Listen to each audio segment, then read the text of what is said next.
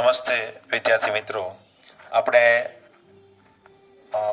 આના પ્રીવિયસ લેક્ચરની અંદર ક્રમિક પદો વચ્ચેનો તફાવત શોધીને સમાંતર શ્રેણી છે કે નહીં અને એને રિલેટેડ દાખલાઓ જોયા અને એમાં બે પદ શોધતા શીખ્યા.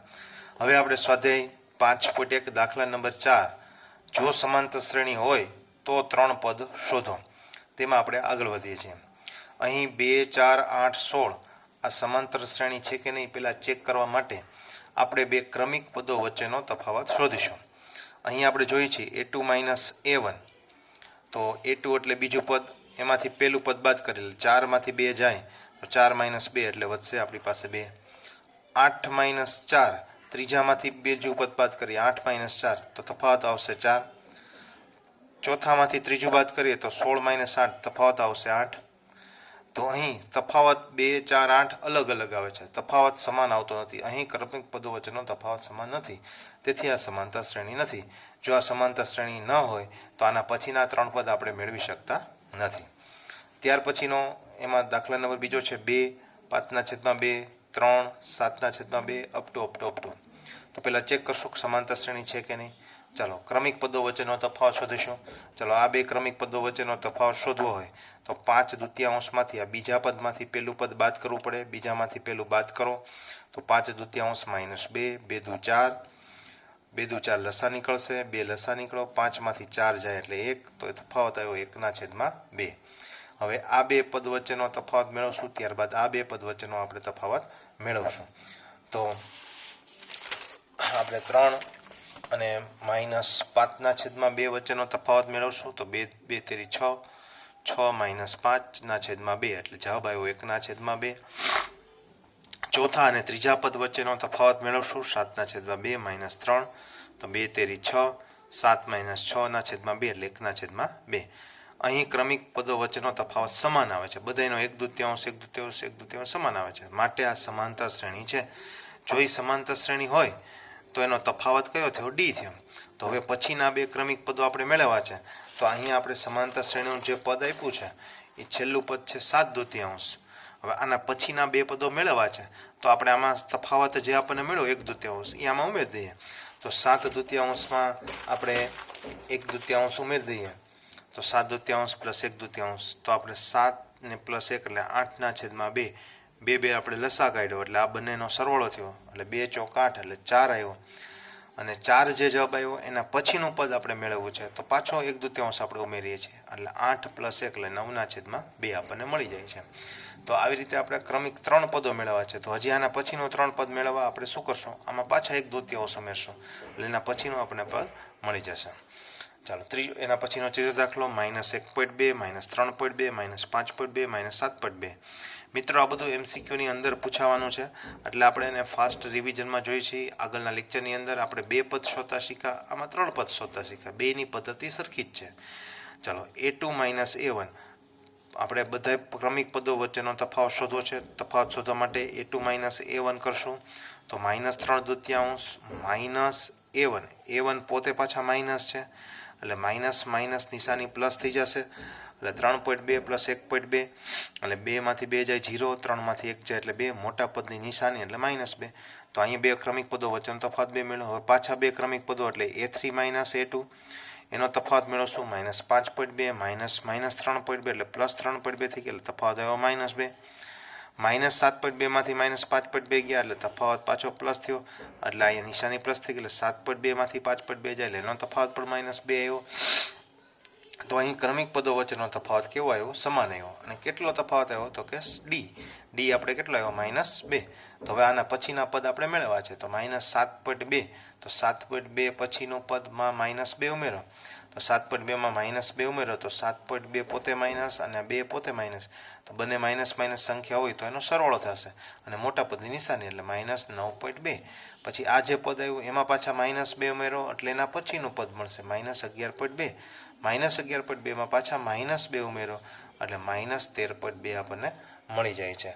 તો આ જે સમાંતર શ્રેણી હતી ને સમાંતર શ્રેણીના આના પછીના ત્રણ પદો કયા છે? તો એના પછીના ત્રણ પદો આપણને મળતા ગયા. મિત્રો ખાલી આપણે શું શોધવાનું છે? ડી. જો ડી સમાન હોય તો એનો મતલબ કે આ સમાનતા શ્રેણી છે અને આવડો આ ડી જે મળ્યો છે એ ડી આપણે આમાં મૂકતા જઈએ ઉમેરતા જઈએ એટલે એના પછીના પદો આપણને મળતા જાય છે. ચાલો એના પછી -10 -6 -2 અને 2. ચાલો પહેલાં આ બે પદ વચ્ચેનો તફાવત મેળવશું. -6 અને -10 એટલે +10 થઈ જશે. -6 + 10 એટલે બાદબાકી થશે એટલે વધશે 4. -2 -6 તો અહીંયા -2 પ્લસ થઈ જશે એટલે -2 + 6 એટલે 4 થશે. 2 માંથી -2 જશે એટલે 2 -2 એટલે આ બે નિશાની પ્લસ થઈ જશે એટલે આનો તફાવત 4 મેળવો. મિત્રો ત્રણ પદ સુધીનો તફાવત મેળવવાનો. તફાવત સમાન આવ્યો છે, તફાવત સમાન છે તેથી સમાંતર શ્રેણી છે એટલે ડી બરાબર કેટલા થઈ ગયા? 4 મળી ગયા. ચાલો આપણે 2 આમાં ઉમેરીએ તો તફાવત જે 4 મળે ઉમેરતા જઈએ તો 2 માં 4 ઉમેર એટલે 2 + 4 એટલે 6. હજી આના પછીનું પદ શોધવું છે તો 6 માં પાછા 4 ઉમેરો એટલે 10. આના પછીનું પદ શોધવું છે તો પાછો ડી એટલે 4 ઉમેરો 10 + 4 એટલે 14. એટલે આપણે આના પછીના 3 ક્રમિક પદો આપણને મળી ગયા છે. આવા ઘણા બધા દાખલાઓ આપણી પાઠ્યપુસ્તકની અંદર આપ્યા છે, બધા જ આપણે જોઈ લઈએ છીએ એટલે તમને કોઈ પ્રશ્નમાં કોઈ જગ્યાએ ડાઉટ ન રહે. 3 + √2 3 + 2√2 3 + 3√2. તો અહીંયા આપણને જે સમાંતર શ્રેણી આપી છે એ સમાંતર શ્રેણી અસમય સંખ્યાની છે. મિત્રો આના કોઈ દી સરવાળા બાદબાકી ન થાય કારણ કે આ રૂટવાળું પદ છે આખું પદ અને આ રૂટ વગરનું પદ છે. ઘણા મિત્રો વિચારે કે 3 ને 3 6 કરી નાખી તો એવું ન થાય. અહીંયા જે પદ જે આપ્યા છે આ સમય છે, આ બધી સંખ્યાઓ અસમય સંખ્યાઓ છે. આનો આપણે તફાવત મેળવવો છે તો આપણા માટે આ બીજું પદ છે.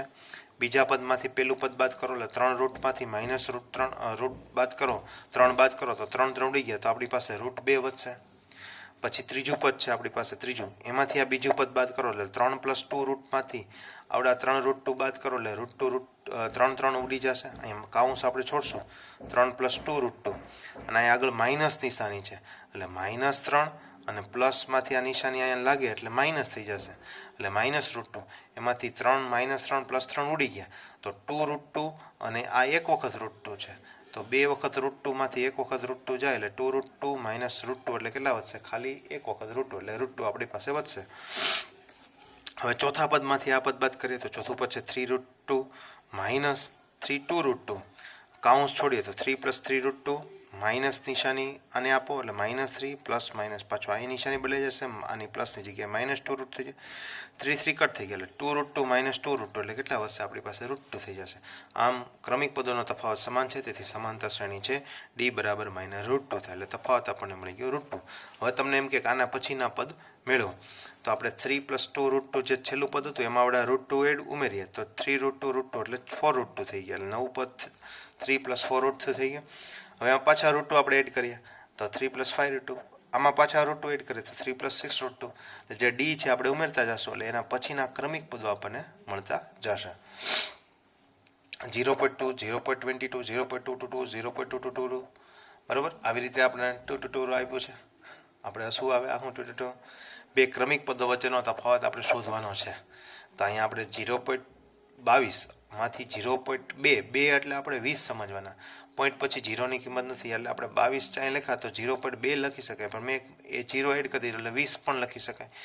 જો 0.2 હોય એની પાછળ આપણે 2 3 4 જેટલા મીંડા લગાડી શકીએ તો આ સંખ્યા 0.2 જ છે. વાંચવું હોય તો આપણે 0.20 વાંચી શકાય, 200 વાંચી શકાય. આનું મૂલ્ય 0.2 આપણે લખ્યું હતું અહીંયા તો આપણે એને 0 એડ કરી શકીએ. આવું 0 1 0 શું કમેન્ટ કર્યો તો કે આ સંખ્યા ડબલ ડિજિટમાં છે એટલે આપણે આને 2 અંકમાં લખી. હવે આની બાદબાકી કરવી સહેલી પડે. 22 માંથી 20 જાય એટલે 2 વધશે એટલે 0.02. એવી રીતે આમાંથી 0.222 માંથી 0.22 એટલે ત્રીજા પદમાંથી બીજું પદ બાદ કરશું તો અહીંયા 3 પદ છે અને આમાં 2 પદ હતા એટલે આને 3 પદ બનાવવા માટે આપણે શું કરશું? આમાં 0 ઉમેરી દેશું એટલે 222 માંથી 220 જાય એટલે 0.002 વધશે. પછી ચોથા પદમાંથી ત્રીજું પદ બાદ કરશું તો આ 4 પદ છે એટલે આને 4 પદમાં ફેરવા માટે આ એક 0 ઉમેરી દેશું તો આની બાદબાકી કરશો તો 0.0002 આવશે. તો અહીં આ તફાવત ત્રણેય કેવો છે? જુદો છે, અલગ છે એટલે તફાવત સમાન નથી એટલે આ સમાંતર શ્રેણી બનતી નથી. સમાંતર શ્રેણી બને નહીં તો આના પછીના પદ આપણને મળતા નથી. 0 -4 -8 -12. મિત્રો આમ સમાંતર શ્રેણી ખાલી જુઓ તો ખ્યાલ આવી જાય કે આ સમાંતર શ્રેણી જ છે, કારણ કે ક્રમિક ચાર ચાર ઉમેરતા જાય છે એટલે આ મળતું જાય છે. તેમ છતાં આપણે આવી રીતે મેળવવું પડે કે ક્રમિક પદો વચ્ચેનો તફાવત શોધીશું. તો એમાં પહેલાં બીજામાંથી પહેલું બાદ કરે એટલે -4 - 0 એટલે -4 આવ્યા. ત્રીજામાંથી બીજું બાદ કરે એટલે -8 -+4 થઈ જશે. -8માંથી ત્રીજામાંથી જ્યારે બીજું પદ બાદ કરશું ત્યારે આ માઇનસ ને આ માઇનસ બે ભેગા થશે એટલે પ્લસ નિશાની આવી જશે. 8માંથી 4 જાય એટલે 4 અને મોટા પદની નિશાની એટલે -4. પછી -12માંથી -8 એટલે ચોથા પદમાંથી ત્રીજું -12 -8 પ્લસ સાઇન થઈ ગઈ એટલે -12 + 8 એટલે -4 આપણને મળી જશે. અહીં ક્રમિક પદો વચ્ચેનો તફાવત -4 સમાન આવે છે અને કેટલો આવે છે -4. તો હાલો આના પછીનો પદ કયો આવશે તો કે -12 પછી આવશે -16. કેવી રીતે તો કે -4 ઉમેરતા જાઓ એટલે -16 આવ્યો. હવે -16 આવી ગયો એના પછીનો પદ કયો આવશે તો પાછા -4 ઉમેરો એટલે -20. હાલો આના પછીનું કયો આવશે પાછા -4 ઉમેરો એટલે -24. તો આપણને ક્રમિક 3 પદો આના પછીના ક્રમિક 3 પદો આપણને મળી જાય છે. આવા આપણી પાસે 12 થી 13 સમ છે, બધા જ આપણે ફટાફટ જોઈ લઈએ છીએ એટલે આપણે એકેયમાં ડાઉટ ન રહે. જો -1/3 -1/3 -1/3 બધા પદ સમાન છે એટલે સમાંતર શ્રેણી છે જ. એને આપણે સાબિત ન કરીએ તોય ચાલે, કારણ કે ક્રમ જ્યારે સમાન પદવાળી કોઈ શ્રેણી હોય એ સમાંતર શ્રેણી હોય જ. તો અહીંયા a2 - a1 કરીએ તો -1/3માંથી -1/3 જાય તો માઇનસ પ્લસ સાઇન થઈ જાય. તો આનો જવાબ 0. અહીંયા તફાવત કરશું તો એનો જવાબ 0. આનો તફાવત કરશું તો એનો જવાબ તફાવત 0 આવશે. તો સમાન તફાવત આવે છે તો ડી આપણો 0 થશે. ચાલો આના પછીના પદ કયા આવશે તો ખબર જ છે -1/3 પદ સમાન જ છે. તો આના પછીનું પદ એ -1/3, એના પછીનું -1/3, એના પછીનું -1/3 જ આવશે. તો એને આપણે સાબિત કરવા માટે શું કરવાનું, છેલ્લા પદમાં 0 ઉમેરી દો. આપણે જે છેલ્લું પદ હતું -1/3 આમાં આપણે 0 ઉમેરતા જઈએ. આ 0 ઉમેર્યો એટલે આ પદ આવ્યું, પાછું 0 ઉમેરો આ પદ આવ્યું. આપણો ડી 0 છે, પાછો 0 ઉમેરો એટલે આ પદ આવ્યું. એટલે એક જ સમાંતર શ્રેણી આપણને મળશે. એના પછી છે 1, 3, 9, 27. તો અહીંયા આપણે તફાવત જોશું ત્રીજા અને પહેલાનો તો તફાવત આવશે 2. આ બેનો તફાવત જોશું તો 6. આ બે વચ્ચેનો તફાવત જોશું તો 18. તફાવત સમાન આવતો નથી. એટલે સમાંતર શ્રેણી નથી. સમાંતર શ્રેણી નથી એટલે આના પછીના 3 પદ આપણને ખબર પડે નહીં. ચાલો અહીંયા જોઈએ a 2a 3a 4a આવી એક સમાંતર શ્રેણી આપી તો દેખાતા જ લાગે છે. જો બધા વચ્ચેનો એક એ ઉમેરતા જાય છે સમાંતર શ્રેણી બનતી જાય છે. છતાં આપણે તફાવત શોધી બીજામાંથી પેલું જાય 2a માંથી a જાય તો એ વધશે, 3a માંથી 2a જાય તો એ વધશે, 4a માંથી 3a જાય તો એ વધશે. એટલે બધાનો તફાવત કેવો આવશે, સમાન આવશે. એટલે સમાંતર શ્રેણી બને છે. સમાંતર શ્રેણી બને છે તો હાલો મિત્રો વિચારો, આના 4a પછીનું પદ કયું આવશે, ચોખ્ખું જ છે. જો 2, 3, 4 તો પછી કયો આવશે 5, પછી કયો આવશે 6, પછી કયો આવશે 7. આપણે 3 પદ ગોતવાના છે તો આપણે એ ઉમેરતા જાય એટલે 5, 6 અને 7 તો આપણને ક્રમિક પદો આપણને મળી ગયા. એના પછીનો દાખલા નંબર આપણે 11 જોઈએ. a² a³ અને a⁴. આમાં તફાવત આપણે જોઈએ તો અહીં પહેલા અને બીજા પદ વચ્ચેનો તફાવત a² - a એ બેમાંથી a કોમન કાઢીએ તો એનો તફાવત આવ્યો a. આ બંનેમાંથી a પદ છે એ કોમન નીકળે છે તો અહીંયા a નીકળી ગયો એટલે હજી એકવાર a વધ્યો, અહીંથી a નીકળી ગયો એટલે 1 વધ્યો. એટલે a બંનેમાંથી સામાન્ય કાઢતા આપણી પાસે તફાવત આવ્યો a - a. બીજું જોઈએ a³ - a². તો a³ માંથી a² જાય તો આ બેમાંથી a² કોમન નીકળશે. આ બંનેમાંથી a² કોમન નીકળશે તો આપણી પાસે વધશે a - a. એવી રીતે ચોથામાંથી ત્રીજું બાદ કરીએ તો એ બંનેમાંથી સામાન્ય નીકળશે a³. આ બંનેમાંથી સામાન્ય શું નીકળશે a³, એની 3 ઘાત. તો એમાં આપણે અહીંયા વધશે a - a. તો અહીંયા a - a સમાન આવ્યો, પણ અહીંયા આગળનો જે સગુણો છે એકમાં a આવ્યો, એકમાં a² આવ્યો, એકમાં a³ આવ્યો. તો ત્રણેયમાં કેવો આવે છે, જુદો જુદો આવે છે. એટલે એનો મતલબ કે સમાન નથી. તેથી સમાંતર શ્રેણી બનતી નથી. બરાબર, અહીંયા તફાવત છે આપણો સમાન આવતો નથી. ચાલો આવી કોઈ સંખ્યા આવે √2, √8, √18, √32. તો મિત્રો પહેલાં આને આપણે સંપૂર્ણ અસમય છે તો એનો આપણે જેટલું સંક્ષિપ્ત રૂપ આપી શકાય એટલો આપવાનો પ્રયત્ન કરવાનો.